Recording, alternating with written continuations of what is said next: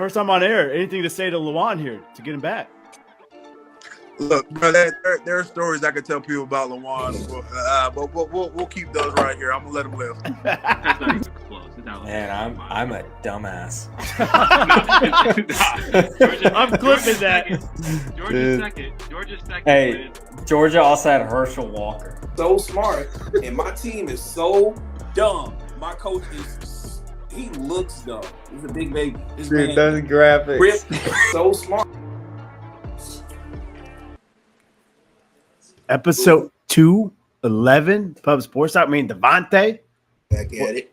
What better do you want on Thursday nights, baby? Man, I got tacos and football on the screen. Tacos, football, State's playing the powerhouse, the Catamounts, Western. Man, Yeah. what else could you need? College football's back. Let's just start there. We're 7 days away from NFL returning. We made it, Devontae. We made it through the grind of the summer. Football's here. We held out, watched all the preseason games for a little reason. Actually read scouting reports during the draft. Shout out to the boy. All those draft projections, all those playoff projections. Then college football dropped, and now like we're seeing real people. God is good. God is good. Man, this is gonna be good. It's gonna be a really good episode. Tons of football. Before we get there, we gotta talk a little WNBA. I'm gonna kind of let you take the lead here. I'll get my Scottie Pippen on. I'll pass it off to you. Oh yeah. WNBA rookie race, man. It looks like a lot of companies, a lot of gambling companies are saying Caitlin Clark, runaway favorite. A lot of people tripping Angel Reese, though. She's been putting up big numbers, double, huge rebounds. And I know there's some other names out there, but it seems like these two are really leading the charge. Yeah. Take it away. So, stuff is getting big when it finally reaches Facebook. You can make a meme out of everything on Twitter or Instagram or TikTok, but when it reaches Facebook, we like, oh, the masses have got to it. They're feeling it. They're in on the talks and the arguments. And on the grand scheme of things, this is really good for the WNBA because I can't remember the last time I saw like a WNBA meme, period. So right. It's kind of bad we're basing like popularity off of memes, but I mean, that's just the way of the world. So as we know, like it's always been Caitlin Clark and Angel Reese, and actually Caitlin Clark showing on her last game and during the past few games where she's been averaging at least 10 assists a game. Shooting still a little streaky, but somehow she always ends up with at least 19 points, getting it in on defense too as well. But on the other side, you got Angel Reese, who's pretty much doing the same thing, staying consistent, scoring off of rebounds, getting her teammates involved, playing defense. I think it was the Sky versus the Aces, seeing her and Asia Wilson match up. It was completely different from seeing the first time her and Asia matched up. So it's always good to see. But as far as the rookie race, I mean, people say it's neck and neck. People say Caitlin Clark is a sure winner just because of all the records she's broken. Yeah. People say it's Angel Reese for pretty much the same reason because she broke one of them broke somebody like that was established in the WNBA's. Caitlin Clark, yeah. Yeah. So we'll see how it is, but Clark is obviously leading in most major categories, mostly because like she is a point guard. She's heavy ball handler. I mean, she's always she's never not on the court. Like between her and Kelsey Mitchell, they're always on the court. So I mean, I can see it, but she is first in points per game, assists per game, steals per game, field goals made, first in 3-pointers made. Somehow this lady is third in blocks per game and third in rebounds per game. That's wild. Like what do you mean? Like this is I can't I can hate. I am who I am. I can hate still, but this is still crazy. But along with that, like the only other rookie I can think of, like I know Kate Martin is kind of resting on the laurels of the rest of her team because she's on the Aces, but like she's been having her own. That was Caitlin Clark's teammate, but Rickea Jackson has been doing pretty well for the Sparks. It's been like it's been a good season, but it's like not the other two. You know what I'm saying? So like, I don't know. Again, they say it's neck and neck, but we kind of already know where it's gonna lead. We'll see. Right. And I wonder, like, if Cameron if she doesn't get hurt, she doesn't tear the ACL. Does she sneak in there a little bit? But I still don't think she's as good as Caitlin Clark or Angel Reese, at least not this season. Right? I don't even think without so. the injury. Yeah. Because if between Rakia and Cameron was Angel Reese is a 5'2". Cameron can stretch the floor, but she would also have to share with Dearica Hamby. So I don't know how well it would work for her, but like I think she's better off going off during her sophomore year. Yeah. And I think it'll pan off for her. I feel like the Spark are pretty built. Like, they seem like they're in the right track. Caitlin Clark obviously getting the fever turned around. Sky still got some work, though. Let's talk about season MVP real quick. Asia Wilson, you mentioned her. She's a dog. She's leading the favorite, minus 3,500. And then Collier. Oh, Nafisa. Collier. Yeah. Plus 3,000. And then Caitlin Clark behind her, plus 7,500. Wait, really? Damn. Yeah. For player of the year. Yeah. Okay. Well, I don't know. Asia's going to be hard to beat. Because yeah, dude. And I think that's what most people are saying, like minus 3,500 compared to plus 3,000, plus 7,000. Like, Asia just she's part of the best team in the WNBA, it seems like, and she clearly, hands down, is one of the best players. What prime like NBA athlete do you think you would compare her to? Oh, that's a good question, man. And I'm not even going to front. I'm not going to lie to the viewers and listeners. I don't have a clue. Like, I've watched maybe 20 minutes of total tape on her. Mm-hmm. And that's like throughout the past 2-3 years. So I talked to my boys about this the other day, and I was watching her game the other day against I think it was the Atlanta Dream, maybe. Okay. And she ended up with like 41 points. And I'm sitting here watching. I'm like, how the hell did she end up with 41? But like, I saw it, but like it was like kind of hard to catch up with. Yeah. But I was talking to my boys about it, and like I guess it was like just recency bias. I was like, bro, she's like prime Boogie, but then I was like, let me dial it back a little bit. And I don't know, man. She might be a taller Zebo. No, she's not taller. She's 6'4", but yeah, she might be like prime Zebo before like he started getting older and stuff. Ooh, I kind of like the comparison. I also like the prime Boogie, like off the cut, like. Yeah. Without really thinking, like prime Boogie, and then like you said, you kind of backtrack a little bit. Yeah, man, those are good comparisons. I like. She got like a little 17-footer, but I think that's what got me. But I also forgot like Jack Randolph had that 17-footer. Yeah. And then but people forgot because he used to bang down low all the time with anybody. Yeah, he did, man. And she is strong as hell. Like I've seen her go. Like she must be fast or like just knows how to slip up the court. But. That's the dog right there. She might be like Rodman, man. She just studies. Yeah. I don't know. Cool. Any other WNBA action you want to talk about? That was just the hot thing that I've seen this past really 2-3 weeks. It's been heating up since the Olympics stopped. I do like the fact that their playoff race is actually competitive. Like, it's not that many teams, but like I'm looking at the Fever, Caitlin Clark's team. Somehow, like they're still in the running. That's what was the Dallas Wings. They the Aces lost to the Wings. The Wings supposedly suck, but the Aces lost to them. That was where Asia hit 41. The Atlanta Dream, same situation, but they've been winning a couple games, and it's like, they beat the Liberty, who is the best team in the WNBA. So I don't know what's going on, if they're doing this on purpose to get people to view it like, oh, the drama, but I don't know. This is getting shaky. Exactly. Yeah, dude. And like to see, I think that kind of helps play the Caitlin Clark Rookie of the Year, maybe potential top 3 player of the year, is that she's taken this really bad team and they're starting to turn it around now. They're starting to like creep into this playoff conversation. Like it's been cool to watch. They do have a problem like keeping the games that they lead in. Yeah, I've watched it several times where like they have a huge lead and then they end up only winning by like 6. And I'm like, oh, they got to fix that if they're going to keep going.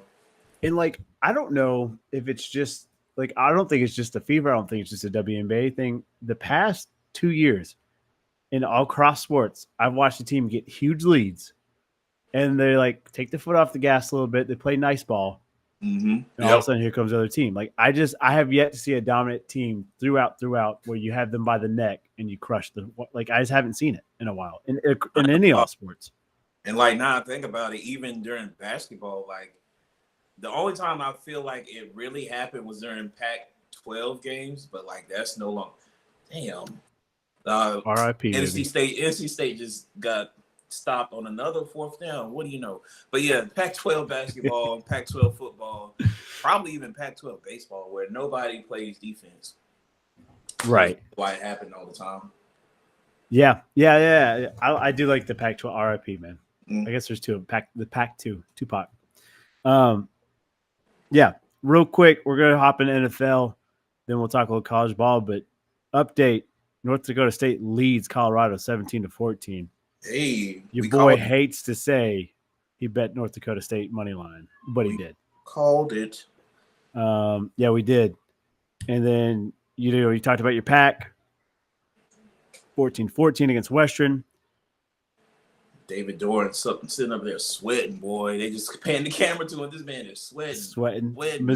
Missouri 28-0 Murray State right now. Kansas over Lindenwood 20-0. Utah, Southern Utah just kicked off. So, man, college football is back. It feels good to say that. God. All right. Josh Allen voted the number one trash talker. I did not see this coming. I know he talks. Everybody talks.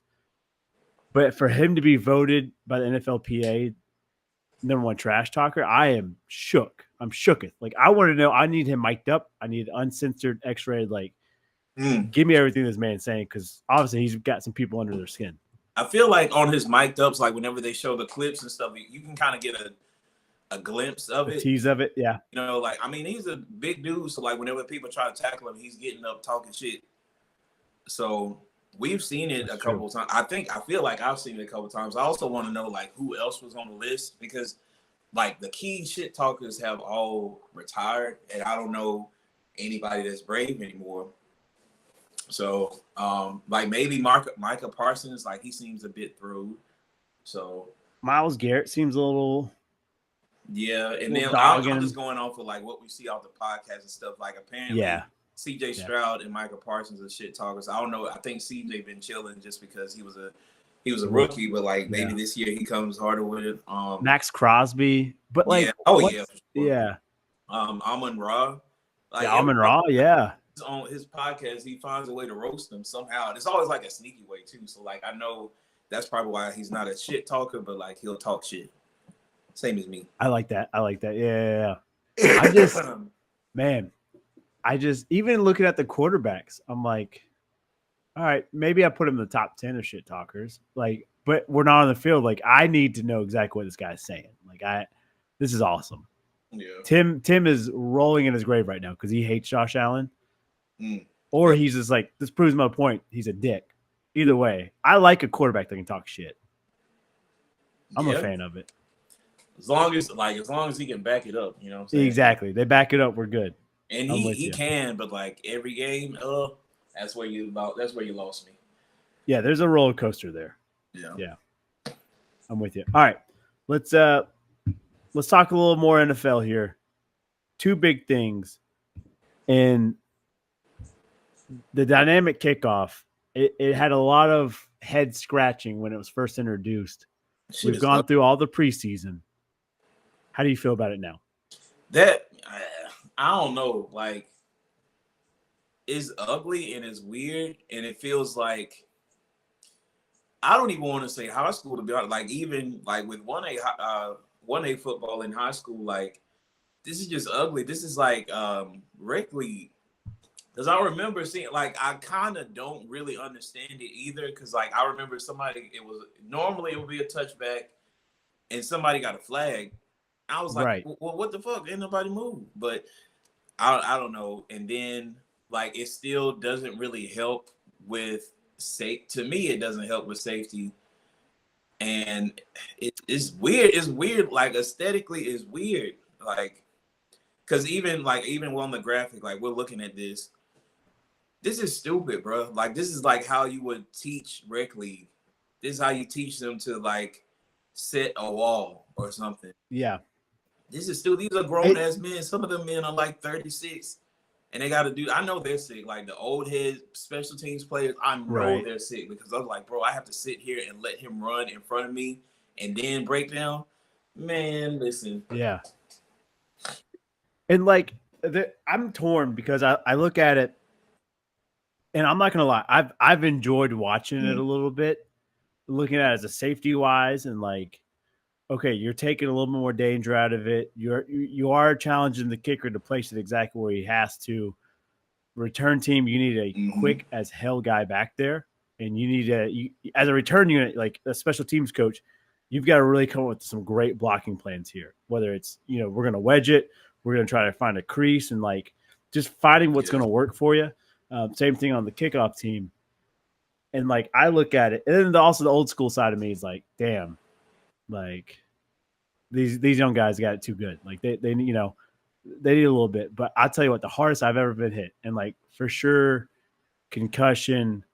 Man. I blacked out. Was on a kickoff return, man. I got lit the hell up. I ran as soon as I pivoted. That guy was right there in my grill. And the next thing I remember is I'm jogging off. I'm like, what the hell just happened? I'm glad you brought that up because not concussion part, but sorry to you. I can't relate. They never put me on kickoff. I was too big.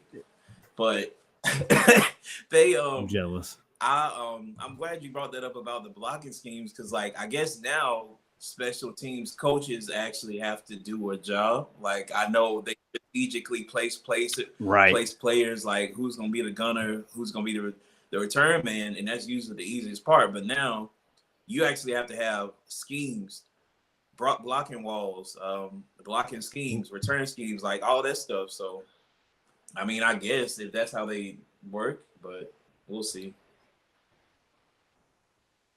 Yeah, exactly.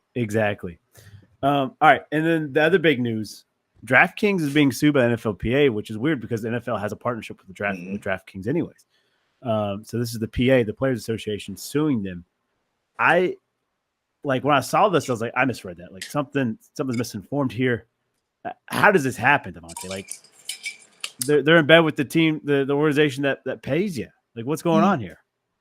Apparently, it was from the licensing agreement.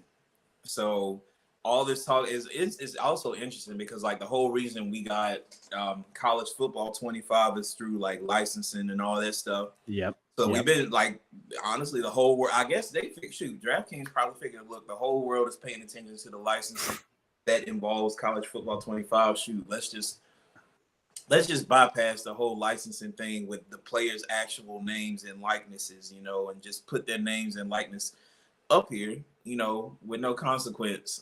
So right. Like all the people that use DraftKings play about is whether or not those parlays hit. Truth be told, yeah. Like right. I don't care. Like you can put like Kansas City Chiefs number 15 if you want to, but I bet on them. Yeah.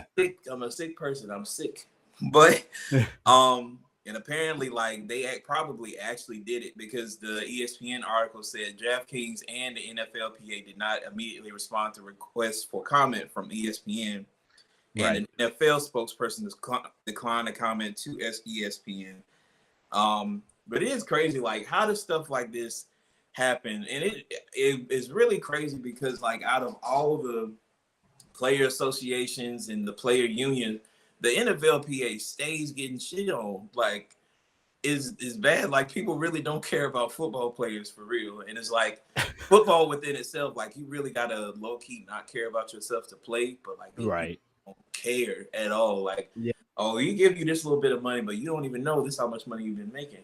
So I don't know, man.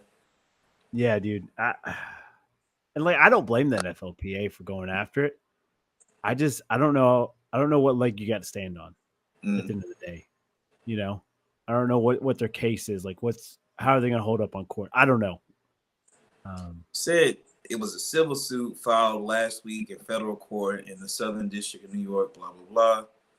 So the DraftKings intends to terminate a contract signed in 2021 with the NFLPA that gave the sportsbook rights to using name, image, and likeness of players for its recently shuttered NFT marketplace. So I guess it's one of it. Honestly, it seems like one of those things with the NBA because like they're I like that. TNT is suing them or NBA is suing TNT because they're moving on to like we don't get inside with TNT with Chuck and all them, which is kind of sad. They're moving on to Amazon, but apparently somebody's getting sued within that too for a breach of contract. I don't know. Like this is above my pay grade, but like Yeah. Dude, I'm with you. And like you said, we're sick individuals. We're going to keep betting. It's what we do. And I don't think it's really going to change it for us. But as long as they keep letting us. Exactly, baby. Exactly. All right. Let's stick around here. Malik Willis. My man. Drafted from Liberty. Looked to be the real deal. Got the job taken from Will Levis. And now he's a Green Bay Packer. I wish Fitz was here to kind of get his thoughts here. I don't see a quarterback battle. I think this is a good move by Green Bay to pick him up, to sign him after he was released, just to help that quarterback room. Obviously, Sean Clifford got kicked out. He got cut by the Packers. I think this is a good move. I think he fits the Packers scheme, what they're trying to do with Jordan Love, a little bit better. And I don't think he's a threat, but I think it's a decent backup for the Packers. I saw that, and then I saw they had 3 quarterbacks, and then I bet they are sick to cut both of them. Now, granted, I'm just now like seeing how you can get cut and still make the practice squad, which is probably what they end up doing anyway. But right, we're looking at you, Desmond Ridder. Bring in Malik Willis. I think is a good look. Yeah. It's another situation where you have a good starting quarterback and you have somebody to learn from. And I see it's starting to be a trend because the Falcons they didn't get rid of him. They traded Taylor Heineke to the Chargers for a conditional pick because apparently Justin Herbert is hurt again. But Malik Willis, I don't care what anybody says. He didn't deserve what he got from Tennessee. And they will pay. Somehow or another, they will pay for the crimes they have done to people. And like I look at it, and I think we talked about this last week, maybe 2 weeks ago. When you throw a rookie in there and you give him a really, really short leash, it's just you're not doing them any favors. You're not helping them. I look at Bo Nix in Denver. I feel like he's going to be on a very short leash. I think we talked about last week. Sean Payton's a dick, and he's going to be on a short leash. And as soon as he messes up, it's going to be all on him. And he's going to be cast away. But he never got a fair shot to develop and to get better. Right. And I look at Malik Willis, and I think he got shafted. He got the dick. And unfortunately, but hopefully this helps revives him. Maybe like a little Jameis Winston action where he sits the bench, then all of a sudden he gets in, he gets some playing time, gets some film, and then he gets a big contract or a Baker Mayfield situation, whatever it might be. I hope he gets another chance at this because I'm with you. He deserves another chance. And I hope this is it. I look at Will Levis. And I don't think Will had no control of that, but he had 10 weeks to develop and to get better in the NFL. And all of a sudden now he's playing. Oh, wait, D-Hop's back and he's healthy and he's able to throw the ball up to D-Hop and it makes him look really good. Like it all kind of worked out in Will's favor. Malik, unfortunately, he had really shitty luck. Tennessee fucked him. I don't like the fact that like they didn't even really care about the optics either. Like any football player, people were hiring Will Levis for whatever reason. To me, at Kentucky, he wasn't all that. Like him and Devin Leary was like only about like exactly apart. But it was like they didn't care about the optics. Like this, you see what type of positions this man is playing in. You see what type of plays you are giving this man. You see what type of situation you are giving this man that is fresh out of a school that really shouldn't exist, but like they got a good football team. They played against a couple of competition, but was it really competition? You drafted, you get his hopes up, and like I feel like at that point Mike Vrabel knew like they finna fire me, so it was probably a point where he was like, shit, I'm just finna do anything at this point. I'm finna like stay in my lane as far as defense, and then like whatever they do on offense is their business, but I'm gonna build my resume on defense. That might not be the case because coaches love their players regardless, but you know what I'm saying, like it was weird optics Like they just sat him and then bring in Will Levis and he saves the Titans for nothing. They didn't even make the playoffs. It was just like he won a couple games because people were healthy. And like he started with the Jets, didn't he? No, he was drafted by Tennessee in the same draft as Malik. No, I mean one of the first few games he played was against the Jets. Shit. I think you're right. Were, like hurt. I mean, they still had players like Breece Hall was already hurt by then. Yeah. So they were kind of scrambling. They were scrambling for quarterbacks. They were scrambling for defensive players. And they put him in and like now he's the savior. They didn't have to play with him like that. Yeah. And this is gonna make you sick. I'm sorry. But Levis's first NFL career start was against your Falcons. He was 19 for 29, 238 yards, 4 tutties. Yep, and they were like, "Oh, Will Levis, he looked better than Desmond Ridder." That's why I was pissed off. I'm like, "Oh, yeah, my God, yeah, that man was trying to lose the game." That's wild. But I'm glad we're on the same page. I'm glad Malik.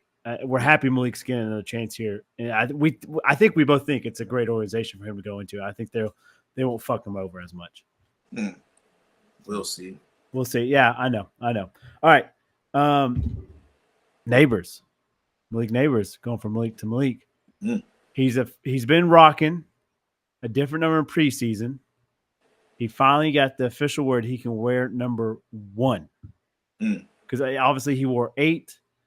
And that is Danny Dimes' jersey number. Then he wanted 9, but that's the kicker's number. So he wore 9 in preseason. The kicker was nice enough because he wasn't going to play in the preseason. He gave him 9. Now he's going to rock 1. Graham Gano. Yeah, Graham Gano. Yep. Yeah. So, and little fun fact: number 1 was retired from the Giants. It was the first NFL pro football number to be retired.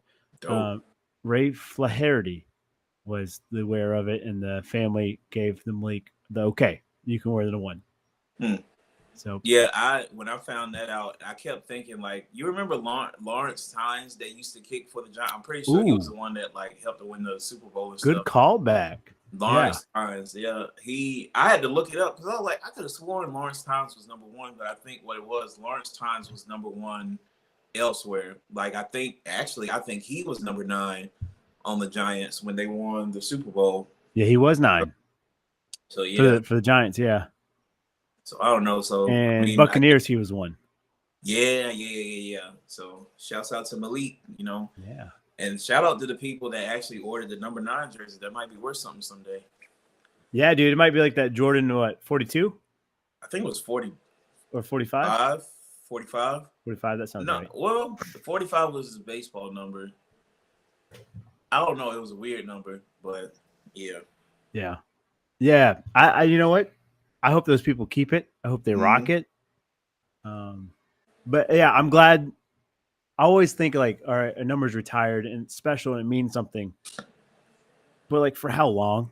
And like it obviously as a family member, like if my dad's number is retired, you might like, I don't know. But like if you know someone's gonna ball out in it, they're gonna honor it, and you kind of tell them like, hey, as long as you do what you're supposed to, rock it. Like I think it's right. Cool. I think it's good for the family to do it.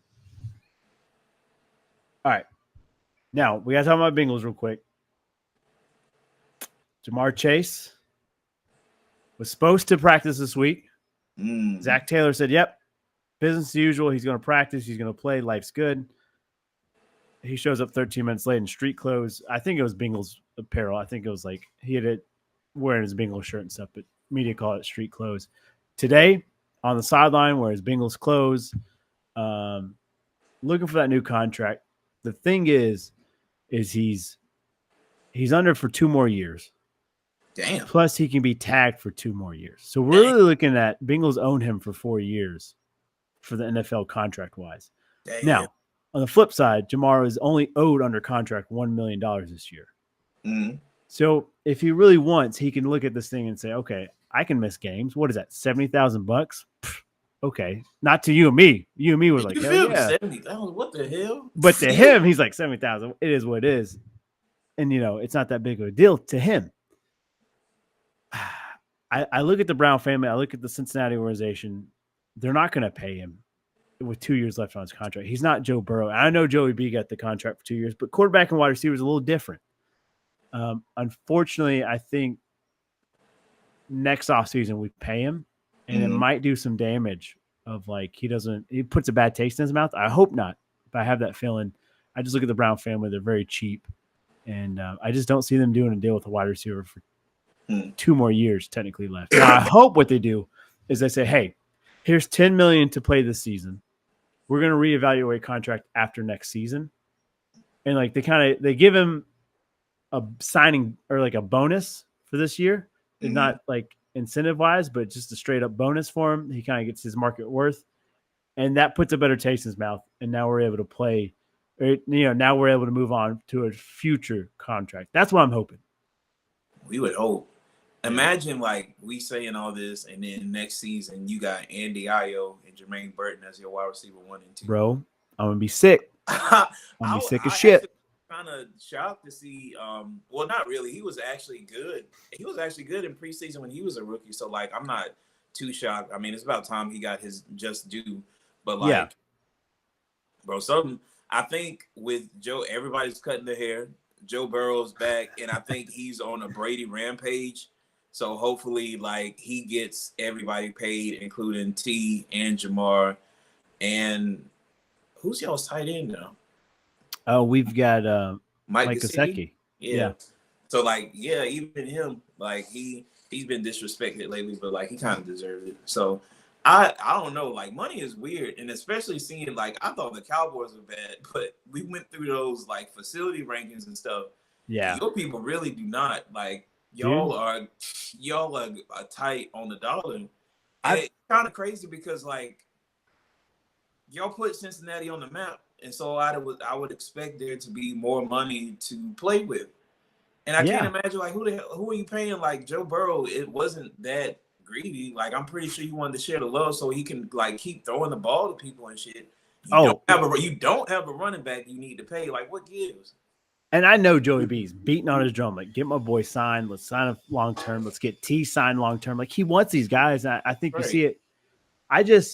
I look at it, and for 31 years, like I grew up, my dad saying the Brown family is a terrible organization. Like they're just cheap, and you're exactly right. They're cheap as shit.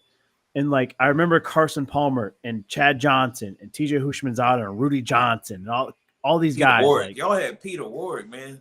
Yeah, a superhero. And it's like we just don't pay them. We don't pay them what they're worth. Obviously, Carson Palmer wanted out. We don't treat them right. Our facilities aren't great. Now it looks like things are finally turning up. I mean, thankfully, Mike Brown's family or his like kids are a little bit smarter than he is. They sold the naming rights to the stadium. Okay, that's an easy 40, 50 million coming in per year. Good for them. We should have been doing that for a long time. And so I'm hoping these small changes help reflect it. But damn, you're right, man. We're a shitty organization.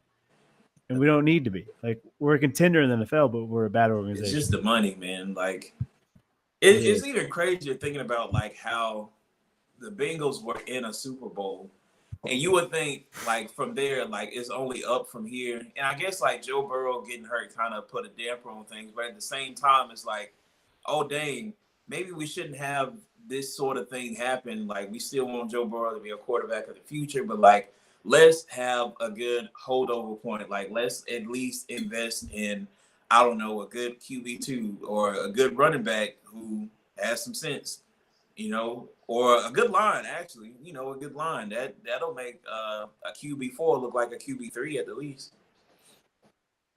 Exactly. 100%. Thank you, Devontae. Thank you. All right. Now, to go on my depression, anxiety-ridden self onto something that makes me super excited. 2 Pub alum are in the NFL. Now, obviously, Isaiah Likely doing his thing for Baltimore. Shout out to the boy. He's been doing it. Shout out to the boy, Akeem Davis-Gaither, getting it done with my Cincinnati. Those guys have been part of the Pub. But these 2 coming this year from the Pub to the NFL, I'm excited to do it. Funderburk, man, he made the 53-man roster for Tampa Bay. Welcome. And he told us, man, he said, I'm coming for it. I think I got a good chance at it. I feel good about this. Sure enough, he manifested it. Manifest. Also, like that's right. Isaiah Likely, they actually said that going into this season, he actually might be the tight end 1, just to take some pressure off of Mark Andrews because he's getting up in age and like coming off from a bad injury. So like he might be tight end 1 going in. 100%, dude. And I think I'll be honest, like Mark Andrews, we know what we get. Like as a Cincinnati fan, okay, this is what he's going to do. He's going to go off for 3-4 catches, maybe a tutty, but he's not a huge threat down the middle. It's more goal line. Isaiah, dude, he scares the shit out of me anywhere he's on the field. He's not lighting the ass no more, so he can probably block a little more. Exactly. Yeah, because you saw him ball out at Coastal. Yeah. The other guy, Braden Arvison, who had a phenomenal preseason for Tennessee, like made some big kicks, won him some preseason games. I think he won a 45 walk-off. Like the dude balled out for Tennessee. He gets cut. Thank God Fitz's Packers are smart. They pick him up. So maybe him can bitch about Tennessee fucking him over. But he's in the league. He's excited. I think he's going to be Green Bay's kicker. Might have to get Fitz and Arvison jersey because this is dope as shit. Hell yeah. And that's an NC State guy. I was about to say Narvison. I was like, oh, shoot. Yeah. Thank you, Fitz, for making that call. For real. Dude, I think this is awesome. I always love seeing the guys we bring in and like them get a chance to see their goal and reach their goal. I think this is dope as shit. And I wish them both success. I want to come watch you guys play. Maybe me and Devontae and Fitz make a road trip. Maybe Green Bay, Tampa play each other. We'll have to figure it out. Make a road trip. Sounds like fun. Hell yeah, dude. That'd be dope as shit. All right. Last thing about NFL, then we'll talk about little college games. If I can get it. All right, quarterback battles. Can't get it. That's all right. These aren't public. Brissett, Drake May. Brissett's going to get the nod at QB1. I think it's the right call. I just talked about it. Like rookies need time to develop. Obviously, Drake May had probably a better preseason than Jacoby, but I think you give him till week 7, week 8, and then maybe you make the switch if you're New England. You don't throw him to the fire like a Mac Jones, which we saw didn't work. Bailey Zappi didn't work. Like I think this is the right call. Put the veteran out there, let Drake May learn from him. Week 7, 8, then you make the switch. Yeah, I mean, seeing it kind of so I'm not even gonna lie. Like, shout out DraftKings. I might be crazy, but I don't know. I'm feeling Gerard Mayo and the Patriots defense because everybody else, like when they put out the 53-man rosters, I was like, some of these teams kind of look ass. So like I put the Patriots to actually take the AFC East. I mean, I know that's a tall order, knowing like how they've come so far, but I don't know, man. So like having Jacoby at the helm, because like that man wins games. Like, he might be QB2, but I was talking about a holdover. Jacoby is that right holdover because like he'll win some games. Like maybe not for the whole season, but he's gonna win some games. If you get hurt, he'll hold it down for you. But with Drake May being able to learn up under him, I think that's good. But also, like, it might be a setup too. And like, I think that last preseason game, Jacoby hurt either his shoulder or his foot, and he came out, and Drake May came in. So I wonder if they're trying to start the Drake May superhero agenda. Yeah, I kind of like where your head's at on that one. And like it that'd be a shitty situation for Jacoby because I've kind of always enjoyed the way he's played. I liked him in Indy. I feel like he hasn't been as consistent. He's had some injury problems. But man, that would be shitty if he does have a good like legit injury, and he's like one sack away from like being on the IR, and there's like, all right, just give it until you break, man, and we'll give it to Drake. Like that would be shitty. Yeah, that's true. I don't know, but like also the offense is kind of built a little better than what they cut Bailey Zappi, but more than likely he's on the practice squad or whatever. Yeah, but like the offense is better. Right. They obviously got their line. They have a young wide receiver core. They got their 2 backs and the 3rd back. So I don't know, man. Maybe the Patriots way is back.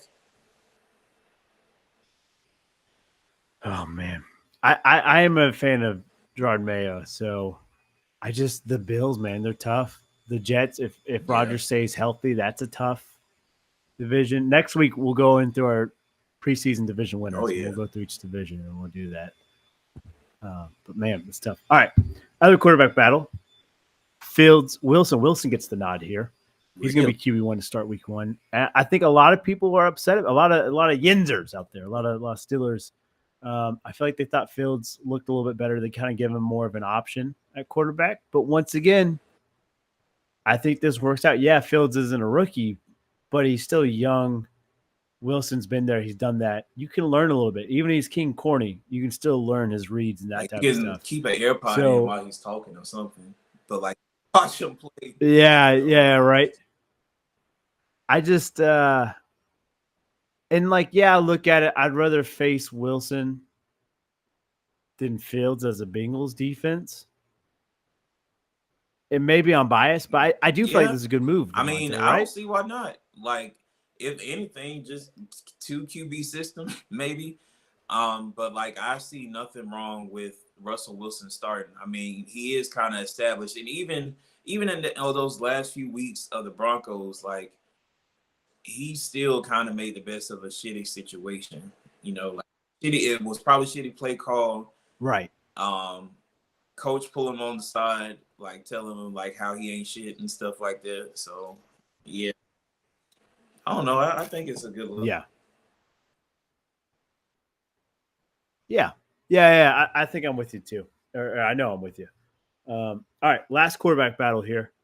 Gardner Minshew gets the nod to be quarterback 1. They need the marketing. O'Connell.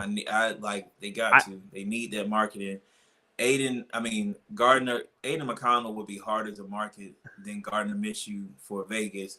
And not only that, again, one of those situations, you got an old head and you got a young bull. So why not? Right. And I just think I like Gardner Minshew. I like kind of what we talked about Josh Allen. I like his swagger. Mm-hmm. I like his like little ass boy, right? I kind of like it. By the way, go to the Etsy shop. You can get your little ass boy Raider shirt, sweater from Pubs. So go ahead. Shout out to the boys. But yeah, I'm with you. I think you got a young gun, Aiden O'Connell. He's coming in second year. Gardner Minshew, he's a veteran. He's been there before. You can learn from him. Plus, like you said, the marketing, Vegas would have a field day with Gardner Minshew. Yeah. I mean, think of all the commercials for it. You remember the Viva Las Vegas where like people were trying to get people to visit. Do they even have those commercials anymore? Dude, I don't. Gardner Minshew would be the person to bring that shit back because I haven't seen one of those in a minute. I like that. Yeah, exactly. No. Man, yeah, because I just went to Vegas this summer.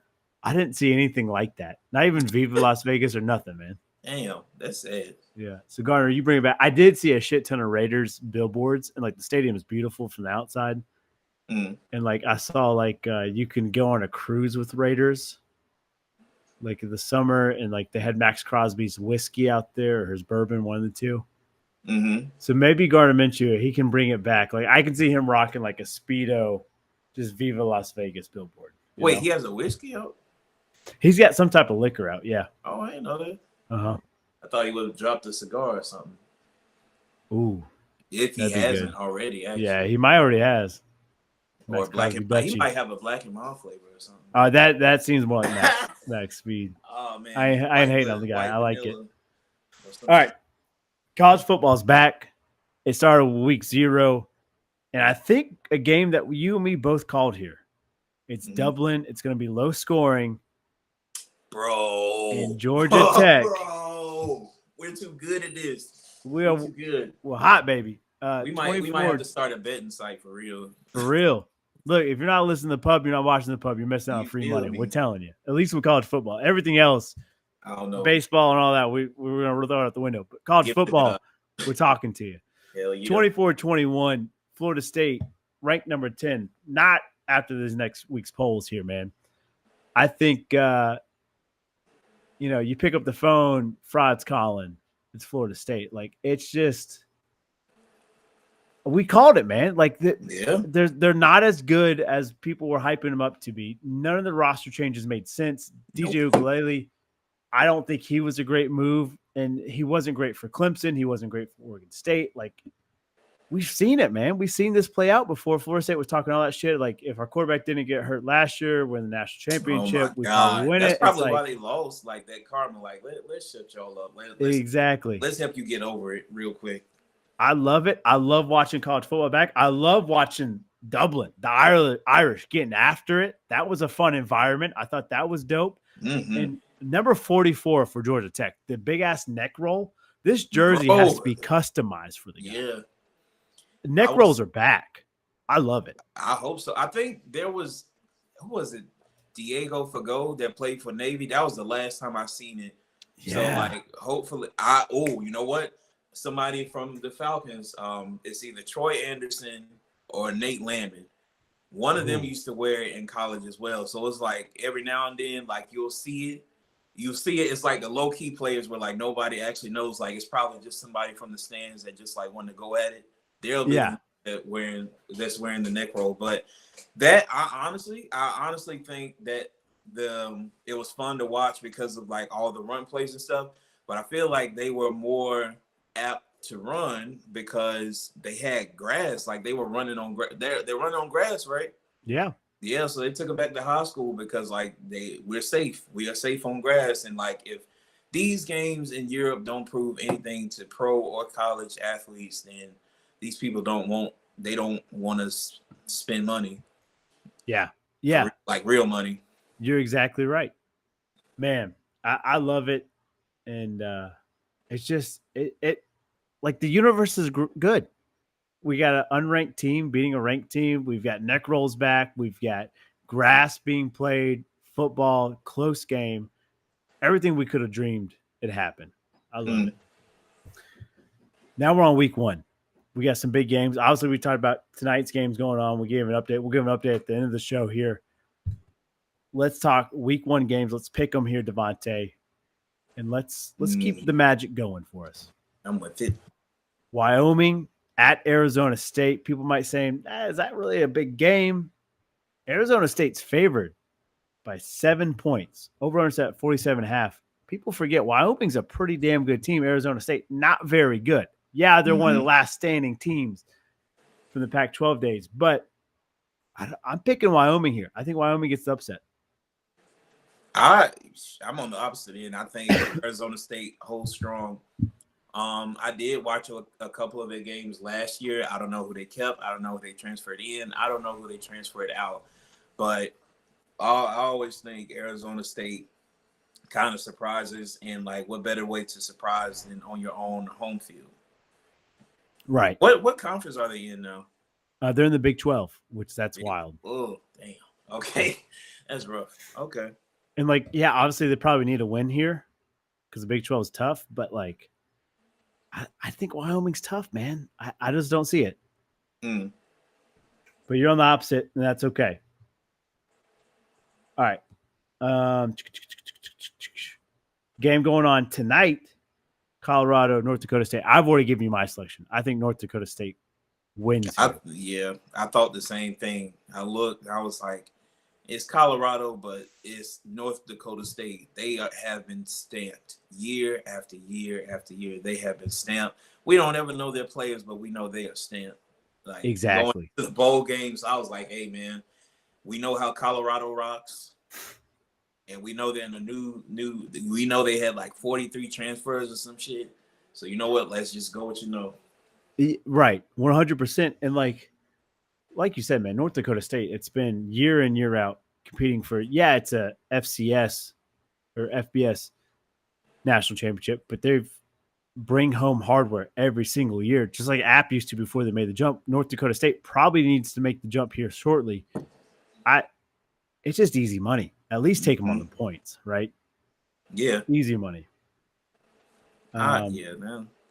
And we talked about I don't even know like what's going on now, but what I do know is North Dakota State against the Colorado team that would. Now that I think about it, they said they were shaky on the offensive line, so if they're shaking on offensive lines, probably shaking on defensive line.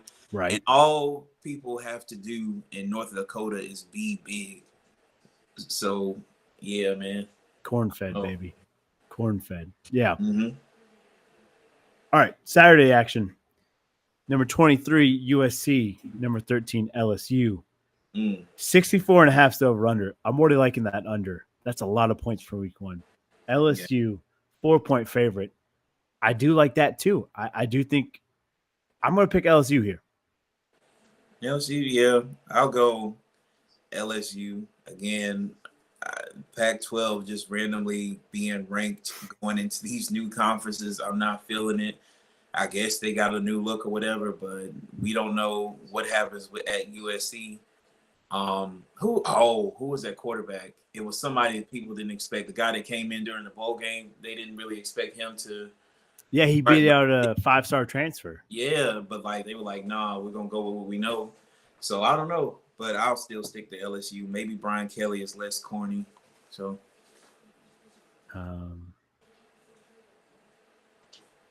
yeah, Deuce Knight was the guy that was coming in that people thought, all right, this guy's gonna be good, but it was Miller Moss that gets the nod. Yeah. Man. All right. Battle of Florida. Gators. Hurricanes. Number 19 Hurricanes traveling down the swamp. Over on set 53.5. Miami 2.5-point favorite. We've talked about both these teams' schedules. I'm not gonna lie, I can't remember what we picked before. So this is where we make our pick. This is where we stand on business, 10 toes down. Is how we're living. shit, I'm feeling UF. I'm feeling UF. What's his name? Is it Billy Napier or something? Is that his name? Yeah, he's on the hot seat. He's on the chopping block. This man is probably gonna be sweating more than Doran because this game is basically life or death. Like these people will probably kill him if he doesn't win this game. So like I'm all for it. Yeah, dude. And both these coaches are in the hot seat. Christo coming from Oregon to Miami, he's a Miami guy, and he hasn't quite got the job done like people thought he would coming from Oregon. Both these guys are on the hot seat. Oh, you're top 25 Miami. You're going down the swamp. You can't lose. I'm with you. I think Gator Bait gets them done. Give me Florida. It's a tough place to play. Another notes. That's right. Number 7 Notre Dame traveling to 20 Texas A&M College Station. The Yale leaders are going to be out. The Colt is in full swing in Kyle Field. Over at 46.5. Texas A&M -3. Give me my Irish. Yeah, I'm going Notre Dame. On them Irish too. What I want to know is like I mean I get they're both ranked, but like why is Texas A&M ranked? Like nobody, they lost all their players. There was a meme going around how Jimbo had like all white receivers, or like it was a bunch of white receivers. They took a picture together and like we're like this all Jimbo was left with, and somehow they still end up ranked is 3 spots above USC. Which that's wild. We don't know what's going on. So I'll still take Notre Dame. You got the gold helmet right there, so yeah, they got to take it. They got to take it. Mike Elko is the new head coach. Remember, Jimbo got fired. Yeah. Oh yeah, the guy from Duke. So the guy from Duke. I got to take Notre Dame now. He's going against his old quarterback, Leonard Riley, who's at Notre Dame. Taking it. Yeah. Johnny Football is the guest picker for College Game Day. I don't think it brings you enough magic though. Yeah. Nah. Yeah. Nah. All right. Number 8, Penn State traveling to West Virginia. Over on a set 51.5. Penn State 8-point favorite. There's something about West Virginia. Maybe we are like we might be locked in because I definitely put it on DraftKings because yeah, man. I don't know, man. You're in Morgantown, right? There's something about it. There's something about Penn State that says they're going to choke about this. I don't know. I think Morgantown burns couches Saturday night. I think West Virginia wins. I think so too. I feel like that's a good way to start the season. Garrett Green, that's their quarterback. I somehow randomly watched his game because Devin Carter from NC State was playing in his bad, but Garrett Green was pretty good. Penn State does have like 2 good running backs, but besides that, I don't know. I think they fold in Morgantown. I think they fold. Yeah, exactly. Man, I'm so pumped that we're on the same thing. I think we've only differed on one game here.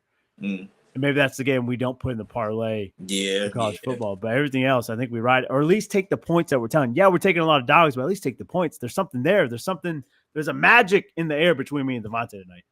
Last game. Quick update for the NC State Western Carolina game. Brandon Cleveland, who is one of the D tackles, just got a rough the passer for rushing to the passer, and he didn't tackle him, but he slapped him on the helmet, and he got a flag for this shit. You hate to see it. You hate to see it, boy. And Western just scored 2017. Damn. Oh, you hate to see it.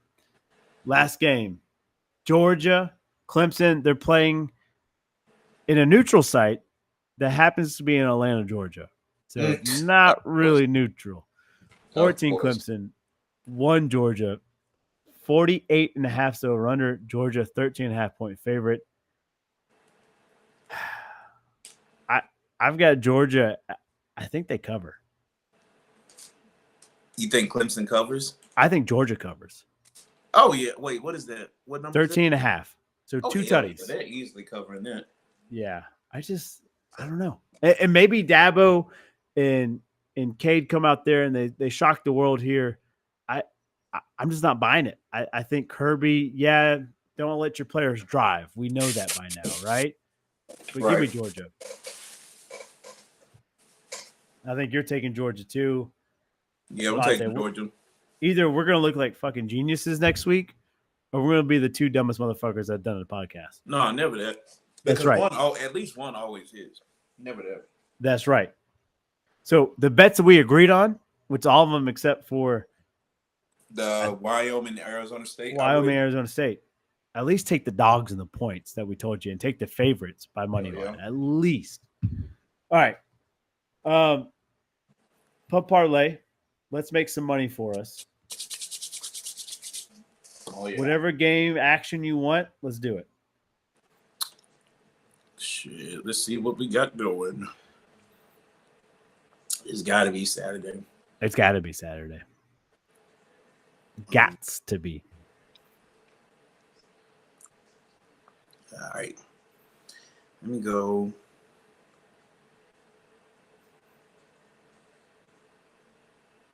No.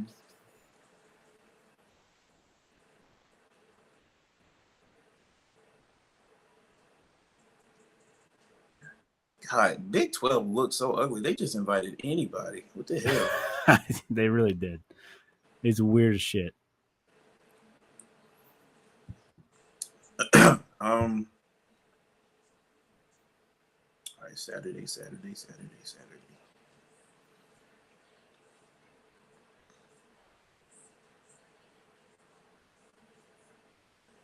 31st.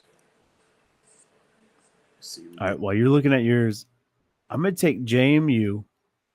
They're traveling to Charlotte. JMU is only an 8-point favorite. I'm taking a -8. I think JMU wins maybe by 20 points. I'm taking JMU. They're playing UNC Charlotte? They're playing UNC Charlotte. Okay. And UNC Charlotte was in the news this week because half their starting lineup is out for at least 6 weeks because of injuries from camp. Damn, bro. Yeah, it was bad. It's bad. All right. We got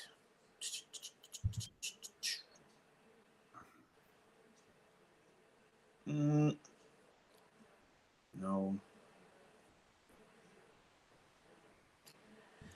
We're taking the Sun Belt, so 2. Cool. My man's doing his homework right now. Yeah, these. Shoot, give me.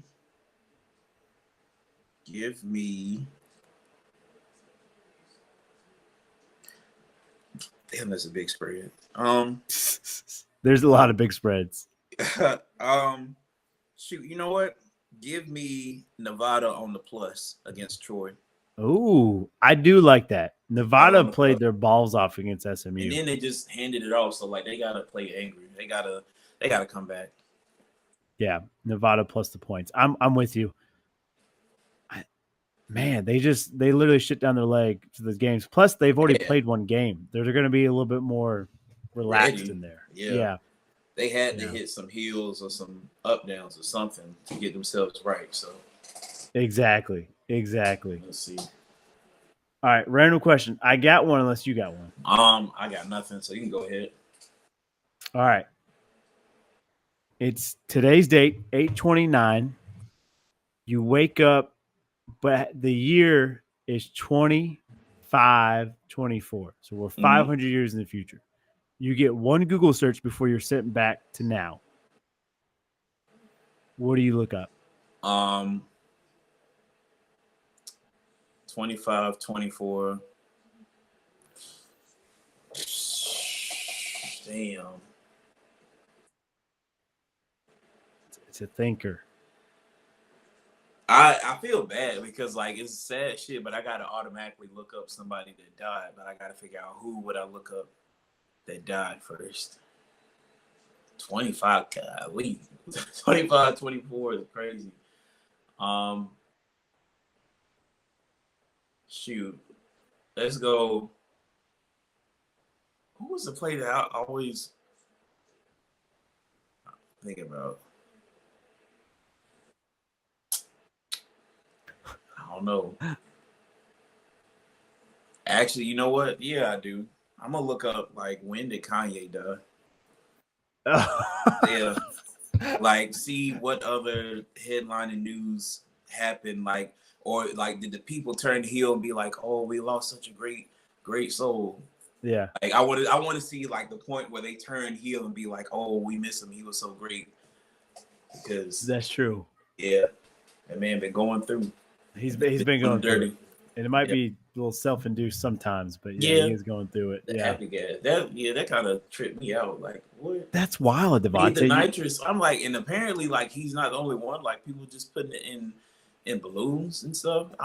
Hey man, there didn't help shit. Like I think it just only Dare enhanced. didn't help shit. Because I do remember, I specifically remember we they gave us a workbook of drugs when I was in 5th grade, and like it was like different steel shots of different drugs, and like we was just learning about rocks. And I remember, it was smack, it was horse, smack, meth, whatever you call it. They put like different nicknames and stuff, so I would learn them all. Learn about rock quartz and stuff, and they had it right there. I'm like, oh, but meth looks so pretty, and it did. Like, so yeah, bro. Like that was the whole point. Like some type of CEI operation. Like, oh, if they see, Let's get these kids hooked. let's tell them not to do something, because you know that's the only way you'll get somebody to do something. You just tell them not to do it. I mean, And look at us now, boy. Dare's not around for a reason, so you Junkie. might be onto something. Straight up stone cold junkies. That's funny as shit. So out of everything, you're looking up when Kanye dies. Yeah. Not your family members, not you. You're looking up. I feel like that'll drive me into like worse. I'm with you. Like Like- I don't want to know how I die. or Yeah, when I die. like, I don't I don't want know. that. I don't want to know Yeah. that. Like, I want to be delusional real quick and like think I'm gonna just walk to their house or something. Like, let me be delusional right quick. Yeah, I like that. I do like that. I'm gonna look up the lottery numbers for the next 500 years. Me and my family are gonna eat good. Phil, That's what I want. shoot, you real honestly, hey, if we want to stay the sick brethren we are, we would look up all of the wins and the stats from each win. Hit like a 20 leg, I love 20 it. leg That's gonna parlay drive every Fitz day. even more Boy, crazy, Boy, they would kill us. bro. Right. Back to the Future Sports Almanac, yeah. baby. Give it to us. I love that. Hey, that's going to do it for the show. Enjoy some college ball this weekend. We're a week away from NFL, week away from fantasy being back. We made it, ladies and Oh, gentlemen. you got your we trophy made it back to too, football so it's season. really That's on exactly now. what we want. Oh, I got the trophy back. I got the Pick'em's Oh, trophy. yeah. It's on, Devontae. Cato's got the chain for fantasy. We got to get that back in the pub's hands, but we're good. I'm cleaning the trophy out. I'll have some beer with it tomorrow or next week for our next Gosh. episode. But we'll catch you guys then. Peace. Peace. I like it. Go to college football. Tryna hide from the camera. I ain't going outside today. Couldn't find our tech. So I'm drinking on egg today. I'ma put up my style. We gon' do a drive-by in the rain. I'ma take it to trial. Pray the Lord I beat the case. That man be calling, I don't do no talk. So get the f out of my face. Gotta take in a chopper with $100,000 up in the race. You know I ain't sleeping, you know that I'm with it. I shoot him right up in his face. 3 say that I'm tripping, you know that I'm dripping. I'm wrapped in saran today. I just bought a brand new watch from God, I ain't put it on yet. I don't care about no I ain't giving a shit, spend it all on my homies. I could put on my son from my car to my house, everything I own it. When it comes to that money, you know I ain't stunting, I be on it. I just got a pet monkey, cast out on a tiger, but really don't want it. My son don't like it. He say that we beefing, you know I won't fight him. My clip full of thunder, you know that I strike. Wanna join NBA, go catch you a body. Free Kevin Gates is mad for hire. Double G gang on the front of my tires. I rid of my Glock and I bought me a riot. Money moves and grill moves only.